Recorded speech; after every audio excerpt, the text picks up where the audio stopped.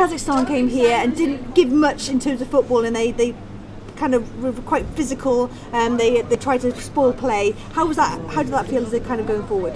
Yeah, it's obviously difficult, but it's up to us to break them down. Really, that's that's our responsibility, and that's what we've got to go out and do. Obviously, we struggled a little bit last leg of the campaign, breaking them down. We were a lot better today. We were hitting crossbar, hitting the post, so we're getting there, but we still got a way to go. Your first home match of the qualifying season, how does it feel to play in front of the home crowd in the Cardiff City Stadium? Yeah, it really is a magnificent feeling. The crowd, brilliant, the support on Twitter, on the sport out here, all the school kids, everybody coming to support, it's just absolutely brilliant. It makes such a world of difference, and getting to play at this stadium is just brilliant. Another 3 points means you're at the top of the table, fighting away with England. You've got them to come. How are you feeling about that?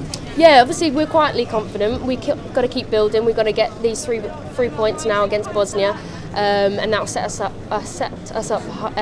well for next year. Obviously the men have done well. They've had all the branding. You girls and you team, you've got all that now. How does it feel to come to a stadium where it's got your pictures and your kind of players all over it? Yeah, it does make such a difference for us as players. Coming here, seeing our posters on the wall, just being able to play on a pitch like this, a stadium like this, is just a really, really great feeling. So we're very fortunate and feeling very privileged. And do you think this is a step forward for women's football in Wales? Yeah, definitely. Hopefully we can keep stepping further and further and getting more venues like this.